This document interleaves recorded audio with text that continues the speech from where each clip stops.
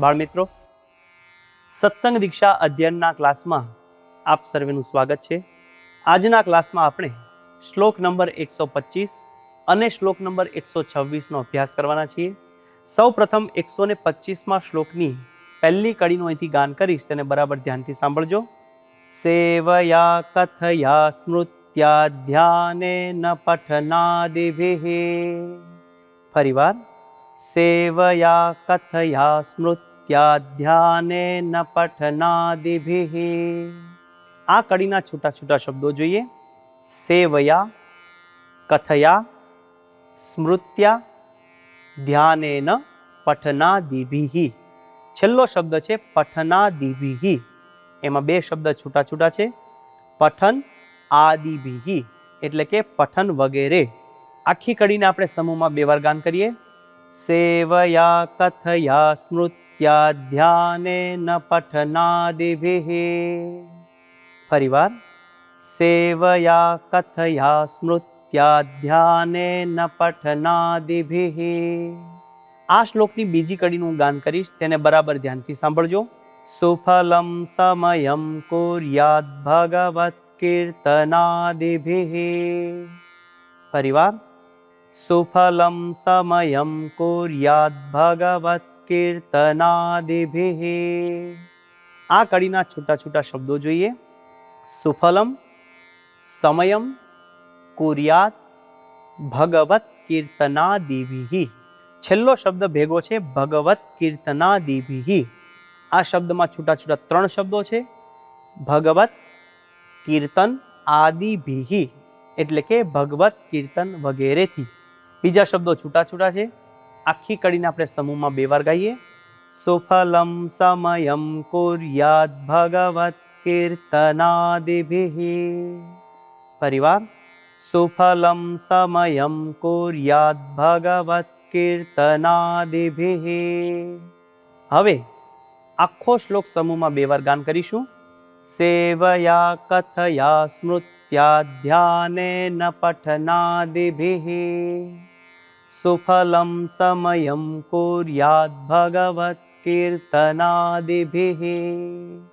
ફરીવાર, સેવયા કથયા સ્મૃત્યા ધ્યાનેન પઠનાદિભિઃ.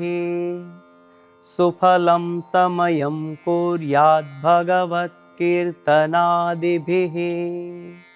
આ શ્લોકનો ગુજરાતી અર્થ આ પ્રમાણે છે. સેવા, કથા, સ્મરણ, ધ્યાન, પઠનાદિ તથા ભગવત કીર્તન વગેરેથી સમયને સુફળ કરવો.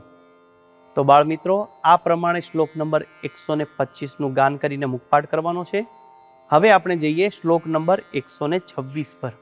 આ શ્લોકની પહેલી કડીનું અહીંથી ગાન કરીશ, બરાબર ધ્યાનથી તેને સાંભળજો. સ્વદુર્ગુણાનપાકર્તું સંપ્રાપ્તું સદ્ગુણાંસ્તથા. ફરીવાર, સ્વદુર્ગુણાનપાકર્તું સંપ્રાપ્તું સદ્ગુણાંસ્તથા. આ કડીના છૂટા છૂટા શબ્દો જોઈએ. સ્વદુર્ગુણાન અપાકર્તું સંપ્રાપ્તું સદ્ગુણાંસ્તથા. પહેલો શબ્દ છે સ્વદુર્ગુણાન. આ શબ્દમાં બે છૂટા છૂટા શબ્દો સમાયેલા છે. સ્વ અને દુર્ગુણાન એટલે કે પોતાના દુર્ગુણોને. છેલ્લો શબ્દ છે સદ્ગુણાંસ તથા. આ શબ્દમાં છૂટા છૂટા બે શબ્દ છે. સદ્ગુણાન તથા એટલે કે સદ્ગુણોને. તો આખી કડીને સમૂહમાં બે વાર ગાન કરીશું. સ્વદુર્ગુણાનપાકર્તું સંપ્રાપ્તું સદ્ગુણાંસ્તથા. ફરીવાર, સ્વદુર્ગુણાનપાકર્તું સંપ્રાપ્તું સદ્ગુણાંસ્તથા. હવે આ શ્લોકની બીજી કડીનું અહીંથી ગાન કરીશ, તેને બરાબર ધ્યાનથી સાંભળજો. સત્સંગાશ્રયણં કાર્યં સ્વસ્ય પરમમુક્તયે. ફરીવાર, સત્સંગાશ્રયણં કાર્યં સ્વસ્ય પરમમુક્તયે. આ કડીના શબ્દોને છૂટા છૂટા જોઈએ.